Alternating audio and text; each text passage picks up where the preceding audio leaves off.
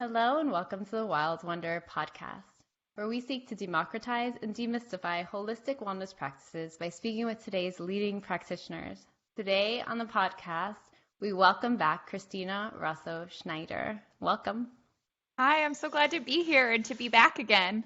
Yeah, me too. I feel like I always think about you on Halloween, so I think that's a compliment. Um, I definitely last, take that as one. yeah. So last time we spoke on ritual in general. Today I'd like to talk about witches and witchcraft and the upcoming high holiday of Samhain.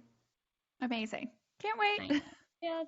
So I'd like to just kick it off with the word witch and maybe what it means to you. I know people have like aversions to using that term. Some people really embrace it. How do you feel about it? I love the word. I am someone who feels like I have reclaimed this word to empower myself.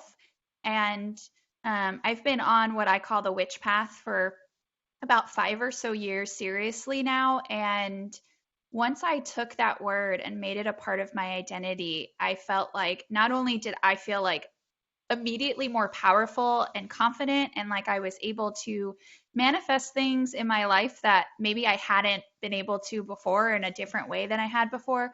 But also by taking on this label, I feel like I have this community of people Mm-hmm. that just has completely changed my world, and and changed my life.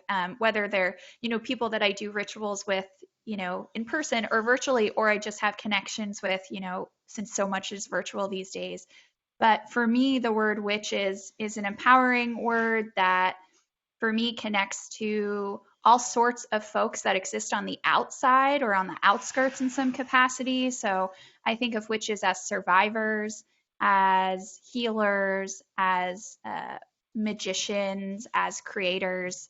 And I think of all of those words too when I think about myself. So for me, it's a perfect label. But like you said, it's definitely a word that has negative connotations, and I think it's with a lot of words that for some folks it feels empowering and for others it doesn't.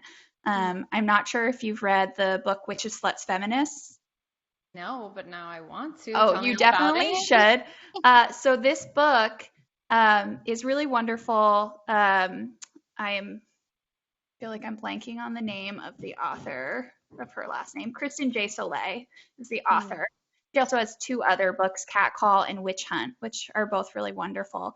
But Witches, Sluts, Feminists was her first book, and it looks at those three words, witches, sluts, feminists, looking at essentially the origin of those words, but also how they fit into our modern day society, and how talks very much specifically about a word like slut, how that can be for some people it feels very empowering to use it. And then Mm-hmm. I can tell you I'm someone who does not like that word. Right. But it's really interesting to think about how language can both empower, or you could have such a negative reaction to it. Mm-hmm. But it's a really wonderful book that also looks at the witch in pop culture, and how the witch has continued to essentially make her way into every nook and cranny of our existence, even, thousands of years later. So really wonderful read, which is Let's Feminist. It almost feels like there's been a witchy comeback. Like I remember it in the like 90s with The Craft, right? And then everybody wanted to be a witch. And now it feels like another resurgence. Maybe that started 5, 6, 7 years ago. Do you have any ideas around why that might be? Oh yeah, definitely. I actually think Kristen J. Soleil touches on this a little bit in Which is Let's Feminist, but I've read about it in other books and articles and discussed it with some folks. I think that we see the witch pop up when we're in a time of political unrest, when we're in a time where we feel like our rights and our livelihood are on the line. So Mm. um, I feel like right around the 2016 election is when, the Me Too movement, even though it already existed, like that really took off and became Mm-hmm. nationally recognized. And I think that the witch craze that we're still seeing even these years later really popped up then, because so many femme-bodied, femme-identifying, or even just folks who feel like they're an other in any capacity, that they didn't fit into the Trump America, right? Mm-hmm. Were needed power. They needed to feel like they had some control and they could do something about the situation that they were existing in. And then I also think this witch craze ties into in the last 5+ years more of a public focus in self-care. So like tarot is huge right now and has been for the last couple years, and is something that even folks who don't regularly practice have some kind of knowledge or connection to tarot. And so I feel like in general tarot is this one aspect of witchcraft that like more people are okay with and don't think like, oh, that's black magic, or don't dabble with that, right? Even though a lot of people misunderstand it for like reading your fortune, like your fortune and all of that. But I think that that's the two parts, is when we're in times of political or social unrest and we feel powerless, right? And then even connected to that of like learning how to not only self-empower, but take better care of ourselves as well. It kind of sounds, it makes me think of like whenever there's a suppression of that feminine energy or force, it has to come out another way. Yeah. So that's what this witchcraft kind of movement kind of feels like to me. Like we're forced down by this outside big patriarchal force, and this energy has to exist in some capacity. Absolutely. Okay. I think that's why we're also seeing a lot of like movement around like rest, reclaiming rest, and rest as a form of resistance. That's all kind of that feminine energy, and not always looking to do and make until we're like bone dry. Absolutely. I feel like there has especially been this big push back against this masculine capitalist world that we live in. And I even I have a group that I meet with on the full moon, and we just met the other night, and we're talking about how for so many of us, we struggle to just be present in the moment, to not, to feel like we have to do a million things. And also even in terms of our witchcraft, getting back to the root of it, getting back to, shadow work or taking care of ourselves, resting, instead of the more performative aspects that can come along with anything in the society that we live in. Which could be exhausting. Like if I think of like all the things I want to do around this time, like preparing for Samhain and the full moon and the whole thing, it feels like a lot. Yes.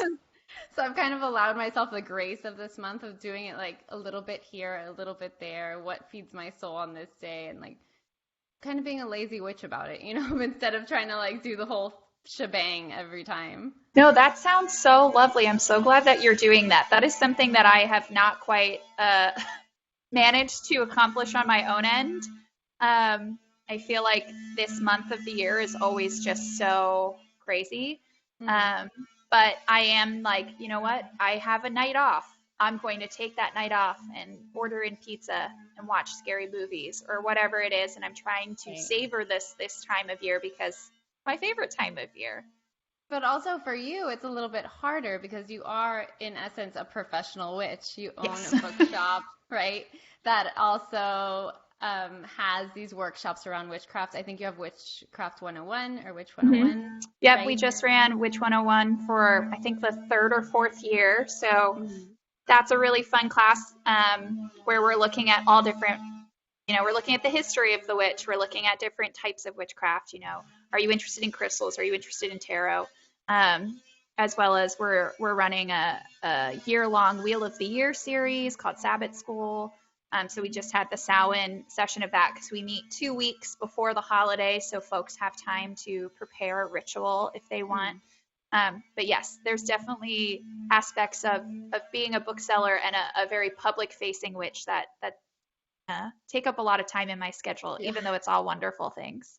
And you, as an author, you write about these themes as well. And I remember you mentioning to me while you were, I believe you had just finished your last book, Creole Conjure. You said that your publisher wanted you to be more of a forward-facing witch. And I want you to describe what that means and what kind of they wanted you to do. What does that look like? Yeah, so essentially, actually, what I'm working on right now is putting together a book proposal of a nonfiction witch-focused book, which will be my first nonfiction project. And it was very much with talking with that prospective publisher about, I get that you are a witch, but your social media has to basically scream witch. You need to be this forward facing, we've talked about this term before, like word witch, right? That I'm a writer who's a witch who also uses the archetype of the witch in my work. And so I was like, okay, so I have to do what? Does that mean posting, being more, I do tarot every week. So now I've been, for the last year, I post my tarot pulls almost every week, or doing more, trying to build my own podcast, Witch Path. Or the big thing they had talked about, since I'm writing a nonfiction book, is to have more publications that are witchy or folklore adjacent coming out, so that folks know that I also write nonfiction, because there are witches in all of my fiction work. In my forthcoming book, Creole, Conjure, there are 2 witches very much based off of real folks. And so that's a big part of my writing. But when thinking about, I looked and I was like, oh, I haven't submitted a nonfiction essay in, 2 or 3 years. So now I recently had an essay published on the monstrous female, and specifically looking at menstruation and connecting it both to mythology and witchcraft. And I have an essay forthcoming about birds being my familiar. So it's actually been really fun and a great way to like pause and reflect on my journey, as both a person, as a woman, as a witch, and seeing how all of these things connect and getting to explore them from a different lens than I normally do.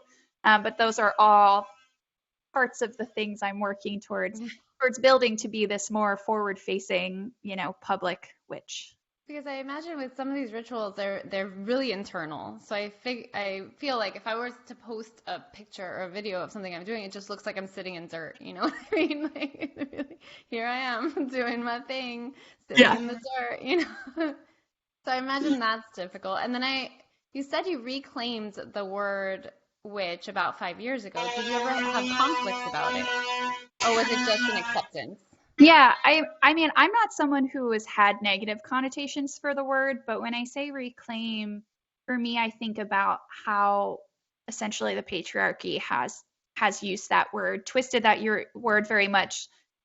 Like, even if we're thinking of mythology, something like harpy is a term that was even used to describe Hillary Clinton when she was running for president, and has turned into this adjacent nasty woman kind of phrase. And harpies in mythology are not the nicest of creatures, though I love them very much. But thinking about how folks usually think of witches as being, old and ugly, who might eat children, or they're like gorgeous seductresses, right? That lure and trap you, that they're in that, we see them in fairy tales often, right? And they are the foil to our beautiful, virginal, sweet princess, right? They are the villain. And so for me, the witch can be that. A witch can be whatever she or they wants to be, right? But for me, it's like, okay, well, I want to use witchcraft to heal myself. I want to use witchcraft to empower myself. I want to use witchcraft to help me manifest, whether it's creative projects or career goals or whatever it is. And also by choosing that word and giving myself that label, as I mentioned, I've grown this amazing community, which is so rewarding in so many ways. And honestly, for the first time in my life, 30 years on this earth, I feel like I'm not on the outskirts, right? I feel like I belong to something, and I never felt that way before. I'm reading now the book, The Transformations of Circe, right? So it's really interesting, and when I think on it, the word witch, right? For me, as I read this book, it's bringing the feminine back to the center of the story instead of the outskirts or the monster or this other thing. It brings the female experience back to the center instead of reading stories from the male perspective always and holding those values above all others. That sounds amazing. Yeah, I think I it's also Judith love Butler. Circe. Yeah. Yeah. Yeah, have you read Madeline Miller's Circe, her Yes. novel? Okay. Yes. Yeah, Love that love one. that, right? And like giving her the chance to tell her story, and also in that form of mythology, she is one of the original witches in the world. Mhm. And that's such a fascinating just lens to look at. And then when you think about how the Odyssey frames her. Mhm. And all the commentary on the Odyssey and how it gets Yes. reframed like generation after generation. You could kind of see how we got here, you know? Oh, absolutely. I haven't had a chance to read it yet, but I believe it was 2018, a scholar named Emily Wilson, who's local to Philadelphia, published the first translation of the Odyssey by a woman. Ooh. So I've read like very short sections of it for when I'm teaching like one of my classes on the monstrous female or something, and it's amazing how even the words she chooses to translate, looking at it from a feminist lens, Mhm. will vastly change. I think the section I'm thinking of is specifically talking about the sirens and how when men have translated it, they translate the sirens to be these hypersexualized figures who Mhm. are seducing men. But in reality, I forget what the word is because it's Greek. Right. But when she's like, if you just actually translate the word itself, there is no sexuality to it at all. It's Hmm. just them, they're hungry, right? They're doing Right. what they need to get Yeah. food. So that's Yeah. really interesting and is something that I want to read. And I hope that more scholars continue to do that. Yes, Uh, in Judith Yarnell's book, she mentions how about the monstrous female as this idea of what the masculine is most afraid of being like swept away into this other world of essentially chaos is how they describe it. And when they translate the Odyssey, that's what it seems like. These men are petrified of like losing their sense of self and their reason above all things, right? So I want to go back to the monstrous female. What is the monstrous female? What does it represent for you? so the monstrous female for me could be as literal as looking at monsters in mythology that are femme-bodied. Um, but for me, it's really any femme-bodied or female identifying person who has desire and has hunger, and therefore the patriarchy sees as monstrous, as being, you know, um, as wanting too much or not wanting what they should want. So Mm. it ties very much into the idea of the witch being someone who lives on the outskirts of society and doesn't, fit or follow the status quo. How does that tie into anger? Maybe I'm just seeing it because that's something I've had to reckon with, right? Of the idea that women aren't allowed to be angry in patriarchal culture. How does the monstrous female tie into that? I mean, having any kind of big feelings, I Mm. feel like Yeah. ties directly into the monstrous female, and along with desire and needs and wants. That if you really want something, or if you're tired of being restricted or being Hmm. confined, anger is a completely rational, valid feeling to have. But we often see the connection between women being hysterical, Right. right? If they show whether they're sad, whether they're angry, if they're too animated, right? It's like you need to calm down. Um, Another book that I will recommend is Women and Other Monsters by Jess Zimmerman. So it's an essay collection that was published earlier this year, and in it she looks specifically at the monstrous female in Greek mythology, and she has, I think it's on the Furies, but she has an Mm. essay talking specifically about anger and the monstrous female. And anger is a perfectly normal, valid feeling to have. Yeah, I feel like I've only accepted that in the last 10 years of my life, right? Like, no, this is okay. We can work through this. We can, and as a motivating force as well as desire, as well as any other need. Anger it needs to be expressed instead of restricted, right? Absolutely. Yeah. Needs to be released just like any other emotion that if it builds could have, negative consequences to you or others.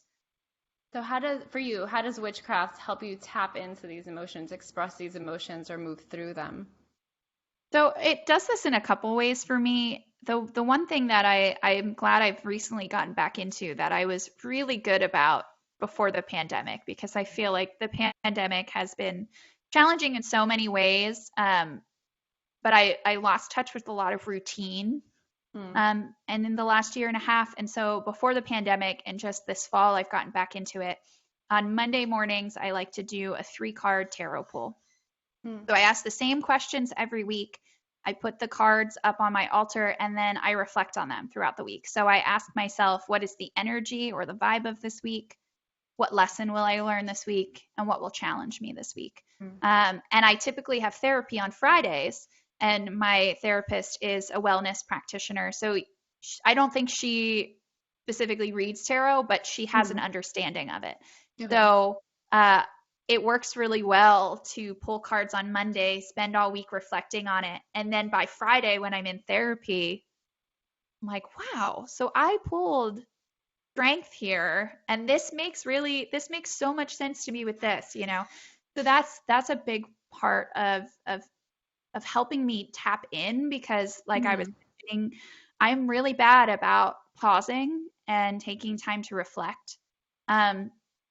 And so having that like a week to think through the cards, and right now, because my house is being renovated, I, instead of having them on my altar, which is currently under a cloth because we're painting that room, I have it set up in my bedroom. So if I'm sitting in bed when I wake up, what I'm reading in bed, whatever it is, I can look at those cards and reflect on them. So that's definitely a big part of self-care for me and my witchcraft. But then in terms of how else witchcraft allows me to tune into those emotions, the good, the bad, the ugly, is through ritual. So I once a month I meet with a coven of local folks here in Philly, and In we do person? right now we're meeting in person. We meet outdoors. For a lot of the pandemic, we met virtually. Mhm. And once it gets too cold, we switch virtually. We don't have But that problem here. yeah, you don't have that problem here where you are. But we typically meet, if not on the full moon, right around it. And Mhm. we typically each take a portion of the ritual so that everyone has something to add to it. And in it, there are always, whether it's doing a group tarot pull, whether it's journaling, I often am the one who leads like a meditation and grounding section with some journaling. Um, Even the other day, because Samhain's approaching, so we did a full moon kind of Samhain ritual. We did a dumb supper. And for folks who aren't familiar with a dumb supper, it is where you provide a meal, you make an offering of a plate of food, and usually some wine for your ancestors. And it sits there while you enjoy the food that you've created, but it's a completely silent meal. So it's a time that you can think about your ancestors, think about the lessons that they offer you, think about ways to honor them, as well as thinking about this time of year where, in the witches calendar, it's coming up to our new year, right? So we're getting to the end of this cycle and thinking about death and rebirth. So my friends and I hosted a dumb supper, and it was, as a person who struggles to pause, we made it a part of our ritual. So it was about 15 minutes of time, Mhm. but just sitting there silently with some of my close friends and only my thoughts to keep me company, was is challenging, but also really rewarding. And so I sat there for a few minutes having a lot of trouble quieting my mind. And then I focused on the altar. I focused on the fire and the flames before me. And then I started journaling about what I want to release after this year and how I want to honor my ancestors, and also how we're coming up on the 4th anniversary of my grandmother's passing, and how there's a lot of generational trauma there as well, specifically with the women in my family, from one mother to daughter to the next. And how in the last year, actually at a Samhain ritual, I realized I realized this pattern and that I refused to continue it. And so I was like, I haven't been able to do a ton of work on that because I've barely even seen my own mother because I'm immunocompromised and it's been, a pandemic, but Right. starting to be like, right, that is something that you want to work towards. That is something you want to reflect upon. So that was just a really beautiful moment to think about it. And so sometimes I find because I have so much trouble, pushing everything out and just being present, being in a group setting like that can help me be like, okay, you're going to take 10 minutes and you're just going to, even if you don't write anything, you're just going to stare at that piece of paper and that's okay. And so that's another way through doing group practices. That has helped me a lot, but it's something I'm still working on, of being able to be in touch with every aspect of me, because I'm someone who anger is really hard for me to express. And I think it's in part, I have a family that they all have really quick tempers, and I have an extremely adverse reaction to anger. If someone like raises their voice, when I was a child, I would curl into a ball and start crying. And I'm someone who will cry before I yell. I basically, unless I'm yelling to just like have that cathartic release, I don't think there is a purpose for yelling, because I have such an adverse reaction to it. And then also being a woman, I feel like I'm not allowed to have these feelings, right? Yeah. That, I shouldn't cry in public. I shouldn't get angry. I need to mind, how I present myself. Right. And so I think that those two things, like my home life growing up and just how I have an adverse reaction to fighting. I can relate on both of those, but also the yelling or crying in public. It's also years and years of the adverse reaction you get, right? At least in my experience, it's always been ridicule. Like if you exert yourself and get angry at something, people act like you're batty. Yeah. Yeah, and what's been interesting too about that as well is I have been, since I decided to reclaim the word witch and make it a part of my identity, I've never shied away from it. In being open of like, this is, I don't necessarily walk into a room with a black hat on and like, hey, the witch is here. But I remember a couple years ago, so it was before the pandemic. I wasn't married yet. My husband and I were engaged, but I was an adjunct professor, and all of my coworkers were men. And I was one of the only women in the English department. And I was one of the youngest people in the English department. And it's also a Catholic university. So everyone was like, so when you start having kids? And I was like, I'm not planning on having human kids, but that's really cool that you just assumed that for me. So I like had to deal with that, and watching, my male coworkers get opportunities that I was never offered, even though I have an MFA and they just have a master's, or, I have a book and they, whatever. But I was open with my coworkers about my practices and my craft. And so it became something that was ridiculed, of very much like, oh, you don't want to upset Christina, she might hex you. And I wanted to slap them across the face so many times, but my way of dealing with them was like, you know what? I will hex you, so leave me alone. And I would start to mess with them, because I was like, if this is how you treat me because I'm a woman, because I've told you that I also identify as a witch, then I'm just going to, I'm going to play it up, and maybe it'll make you think you can't cross me. Right. Even though I'm like the nicest person who hates confrontation and would never hex someone. Right. I'm all about light and love, but they don't need to know that. Right. I feel like it just reminds me of like my grandparents, how most Cubans say they do not believe in, Santeria and brujeria and all that stuff. But they will not cross someone who believes they in those things or practices or is like open about their practices. You know, my grandmother would not. And what's funny, I think, is that they also do things that are very much in line with these witchy practices, but deny that it's a witchy practice. Like you mentioned, feeding or offering food to your ancestors. They do that all the time. Or offering foods to the, religious figures. Okay, it's not the gods of Yoruba, but they're still offering food to the Virgin Mary. So isn't that the same thing? There are so many connections between organized religion and witchcraft. And I was just listening to Ash, who you've had on the podcast before, who's our instructor for Sabbath school.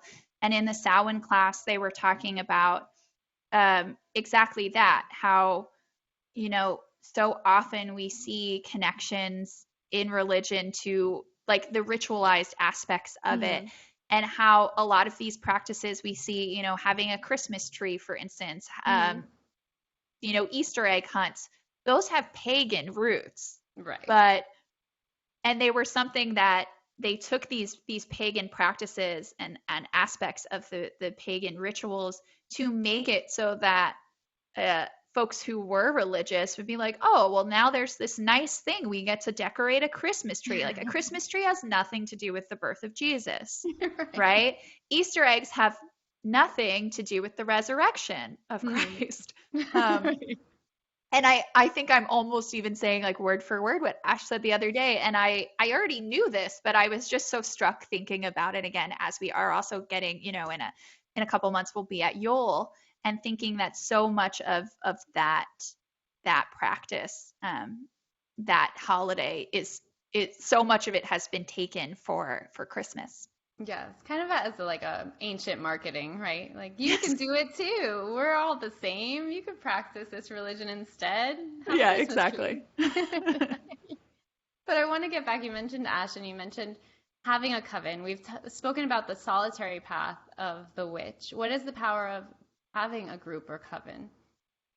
So for me, a lot of it is that connection, that community, feeling as though I belong, and also it just happens to be that the folks I know that identify as witches and often come to these, whether it's an offering through the bookstore, where it's a much larger group of folks, anyone could come virtually, or it's these intimate in-person, socially distant settings, that it's the idea that there's connection, but there's safety in being able to express your emotions. And we're all very emotional people, I feel like some folks would listen to this and be like, oh, of course, group of femme-bodied people get together and half of them are crying every ritual. And I'm like, well, we are, because we're in a safe space, or because we're empathetic to what someone else is going through. I mean, especially with any ritual around the full moon, which is so much energy, and such a great time to let go of and release things. But then you also think about Samhain, and not only is it a time of year, where there's a lot of death happening in terms of nature and cycles, but also we've realized the other day that so many of us have experienced personal losses around this time of year. And it's eerie too, how, my grandmother passed 2 days before Samhain 4 years ago. Around this time of year, 3 years ago, we found out that our sweet Kaylee had cancer and that it was terminal. I've had friends experience miscarriages around this time. I have friends who've lost other folks who've lost their grandparents or loved ones, friends during this time. And so I think there's like something in the air around this time of year. And then also, the days are getting shorter and darkness is coming in and the earth is dying, So I think that all connects as well. And so of course we're going to cry. I think being in a space like that allows me to think about someone like my grandmother, who would have been 100 years old this year. Her birthday was the 13th. and spending that time cutting out that time to honor her, and also, think about both how I miss her, but also how she was imperfect in many ways, and that's okay. And I think that's a big part of ancestor work and ancestor worship, or honoring and working with ancestors, is accepting and acknowledging who they actually were, and then realizing that you also, whether they're someone who was, a familial ancestor or a found ancestor, that they're probably imperfect in some capacity. And so is there healing you need to do from your personal relationship with them? Is there healing you need to do based off of pain that they may have caused others? And how can you, moving forward, take these lessons to either right their wrongs or to continue the work that they were doing and honor their memory? Or like you said, finally break some of these ancestral traumas that just keep repeating and repeating. Absolutely. Yeah. Those are the really hard ones, right? Yeah. Because it's something that, I feel like generational trauma is essentially in our DNA, in our bones, that if it's so ingrained in one person, not to get into my family drama, but around the time that I started going to therapy, which was about 3 years ago, I was having a really, it was the first real honest conversations I'd ever had with my mother. And it was about a year after her mother had passed. And I said to her, "You treat me the way your mother treated you." And that was, I think, I literally saw things click for her. And I was like, now you're acknowledging that, you're recognizing that, and now you need to change that. Because I was like, it's just because your mom did it to you doesn't mean it's acceptable to continue it towards me and my sister. And so, but I think it's, when you're in it, and if it's all you've ever known, how do you know, A, that there's anything wrong with it? How do you even recognize that you're doing it? Because I think that's, often people are like, oh, I'm growing into, I'm becoming my mother, right? I'm becoming my father, right? And I think that's very true, because so much of it is behavior or patterns that we see and live and don't necessarily acknowledge when they're happening to us. And even speaking with my own experience, even when we do acknowledge it, we know it's there. I've had the experience where I fear it so much that I recreate it, kind of by accident, and and it takes you some time. How did I end up here again? This is exactly what I was trying not to do. Until you really start digging through it and facing it, which I think is what witchcraft allows, then you can move through it and change it. But it's very difficult when you're just averse to it, this thing. Absolutely. And I think that's where shadow work really comes into play. And that's something that has just connected. So it was I really started getting into witchcraft the same time I was diving into therapy. For the first time in my life. I didn't go to therapy until I was 27 years old. And just starting to see how those two things aligned, and how my witchcraft helped me unpack so much pain or trauma or things about myself that, even if they weren't necessarily, hurtful to others, were hurtful to myself, patterns of negative self-talk, right? Or my inability to, fear of missing out, but also fear of not accomplishing enough. Which I think both connects into being in a capitalist society, but also connects to being a woman in a patriarchal society where I have to do more to even get half of what most men get offered, and that even, after years of therapy and years of witchcraft, and I know that I am a million times more confident and trusting in myself. I feel like that's been the biggest thing through both of those journeys, is that I trust my gut. I trust my intuition, but it still is hard I'm so much better at setting boundaries and asserting myself, but especially when I'm asserting myself to a man who's either my age or older. I also have a thing with authority figures, especially if they're male, that it feels like I question myself, right? Even with my lovely contractor, love him. He's a customer of the bookstore. His wife's actually in my coven. Great guy. Like, I second guess myself talking to him about, the construction, because I'm like, well, I don't really know that much about it. And then literally my husband comes in and says exactly what I was going to say, and he doesn't even think about it. Yeah. Meanwhile, I'm like, he wasn't conditioned to have to think about it. Exactly. Yeah. Yeah, I can fully understand that whole scenario. I've gotten much better at being able to say, I'm still speaking. I haven't finished speaking yet. Which I feel like a big one. Yeah. Yeah, that one's a big one. I also feel like I've seen some tweets and things about this. I've talked to some friends about it, of making sure your posture is really strong when you are, especially speaking to a man. Of like, okay, so I'm not going to shrink. Like, I'm going to stand tall, and I'm not going to back away from you, because also a lot of heteronormative men are, cis white men will like come and get in your space.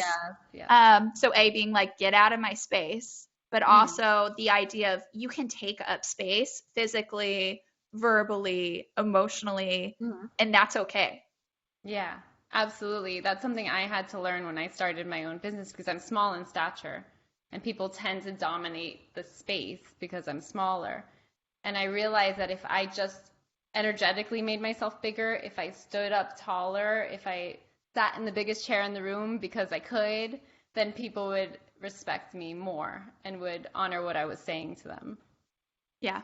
And also, I think it connects a little bit to the last time we were chatting on your podcast about glamour magic, and how the root of that form of magic is confidence, right? And allowing yourself to present to the world, or present to yourself, you're the best version of you, right?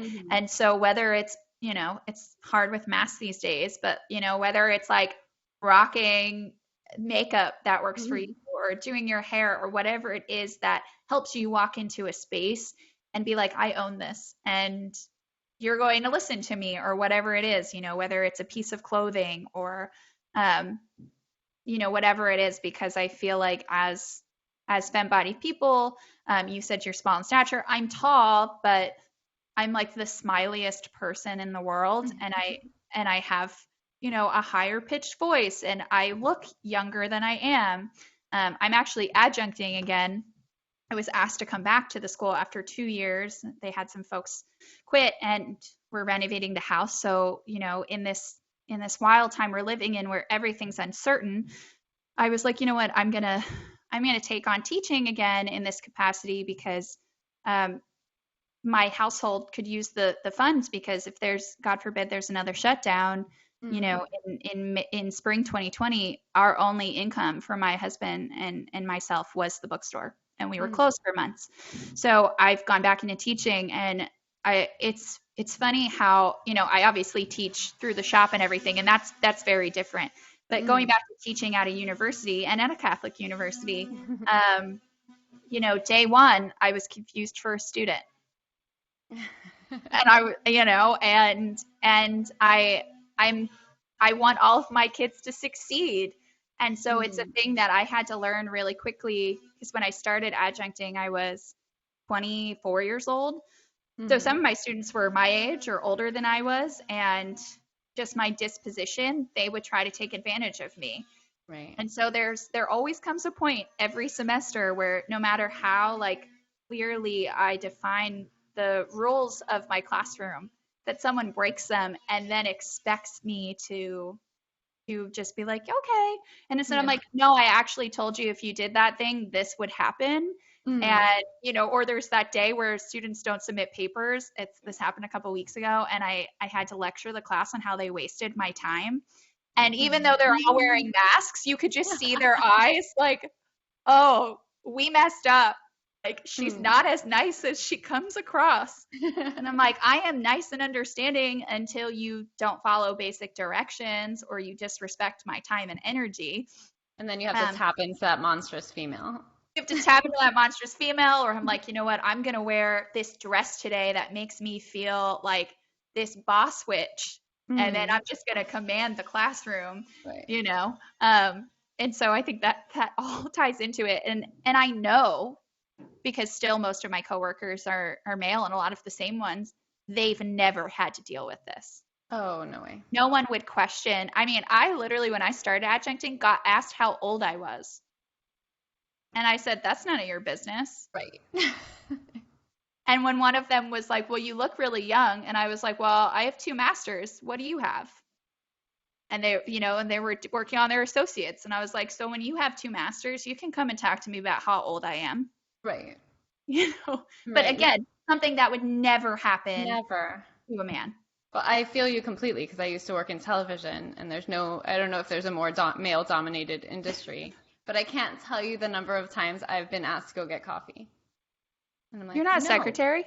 I'm not a secretary. I'm in this meeting too. I was And not even hired if to you do are that. a secretary, Yeah. your sole job is not, because I've been a secretary Yeah, me before, and too. I had a lot of other responsibilities Yeah. besides getting coffee. We cannot just assume I have the time nor the want to go get up and get everybody coffee. Exactly. But let's get back to Samhain because it's coming up. For those that don't know, what is Samhain? So Samhain falls on Halloween, October 31st, and it is one of 8 pagan holidays on the Wheel of Year, and is essentially the witch's new year. So it is a time of year where the veil between this world and the next is thinnest. So it's a wonderful time to think about your ancestors, think about those who you've lost, and whether it's honoring them by going and visiting them wherever they may be. Next week I'm going to visit my grandmother's grave. Whether it's hosting something like a dumb supper, or even doing, I know we talked about this on a previous episode I was here, of doing a little ritual to honor a departed one. It's a great time to just take this time to reflect on ancestors, but then also because it really ties into this cycle with the natural world, where it's starting to get darker, it's starting to get colder. We're starting to lean towards hibernating. It's a wonderful time to take stock in what you have created, what you have harvested, what you were grateful for, and then what you want to keep as we go into the winter months, and what you want to let go of. Yeah, and if I'm not mistaken, the Samhain as a witch's new year, it's because we're using the agricultural calendar, correct? So Yeah. it's actually like it is a new year because the earth is regenerating. Correct? Yeah. Yes. And the word Samhain itself is Gaelic? I believe so, yes. Yeah. So it's a time of all about the cycles of death, rebirth, and especially Mabon, which is the previous holiday, but this holiday as well has clear connections to, if you like Greek mythology, Persephone descent into the underworld. Which and could then be in a this cool story to read. Yeah. Oh, absolutely. And then once we get into spring and thinking about rebirth, it's when she returns. And that's why her mother, so, just grief stricken from the loss of her daughter, depending on the interpretation of the story and whether she's kidnapped or she, goes kind of in this Alice in Wonderland adventure, whatever it may be. When Demeter loses her daughter Persephone, who she was the goddess of agriculture, the earth dies, everything turns cold, and all the plants go away until her daughter returns to her. And that's why we have the seasons that we have. So it's definitely, I also like to think about the mythology connected to this time. And we were talking the other night at the ritual about how Persephone is such a wonderful figure too to think about around this time of year, not only because of that, but because she is a figure who, if you're looking at I think regardless of what spurs her going to the underworld, that she takes a situation that could be scary or, incredibly harmful to her. In Mm-hmm. some version, there's sexual assault involved as well, and she uses that and perseveres and becomes the queen of the underworld and becomes very powerful and writes her own story. And if I'm correct, I believe that in some iterations of mythology, she actually, as the goddess Persephone, as Kor, existed before Hades in some Mm-hmm. storylines. And while she hasn't been, honored in the same way as her mother Demeter was, I feel like, especially in the last few years, folks are really getting into this death goddess. Mm-hmm. In terms of mythology, too, with Samhain, I always think about Hecate, who's another Greek goddess, and she is the goddess of crossroads, of necromancy, and witchcraft. So And she's is the perfect associated with figure. the moon, correct? Yes, she's That's what I've heard also about. associated with the moon and dogs. But she is that figure that stands literally between this world and the next, and can harness all of the mysteries of the divine and of magic and its secrets. So I like to honor her around this time of year as I like well. that. The story of Persephone reminds me of the idea that witchcraft as a practice is a practice of the here and now, and not a practice of transcendence as other traditions are. We're Oh accepting yeah, everything as it is, right? And yeah, you can only move through difficult situations when you accept things as they are, as Persephone did. She didn't say, oh, let me dream up of another land and let me just exist there in my mind, or like one day I will be saved. She kind of moves through the underworld and accepts things as they are. yeah. I really love that interpretation of that, and I think in terms of the piece about transcendence, that there is not transcendence in the traditional way that we would see with religion of going to heaven, or in Egyptian, the ancient Egyptians' beliefs, having your heart weighed against a feather and getting to go to this eternal afterlife, Mm-hmm. or being devoured if you didn't live a pretty, good balanced life. Mm-hmm. Um, but it's more so in terms of transcendence, or reaching a higher awareness, or Mm-hmm. like level, is through this work, and that it's all on you to do it. But it's not about good and evil. Right. It's about working on yourself. It's Mm-hmm. about finding your power, and that gives you a form of transcendence. Yes. I want to like highlight, underline, put it on my wall. And before you go, because we could probably keep going, I could talk about Back Samhain and forever. witchcraft all day. But we have things to do. We are very busy witches around here. And I would like to speak about your new book because I'm very excited to read it. It's Creole Conjure.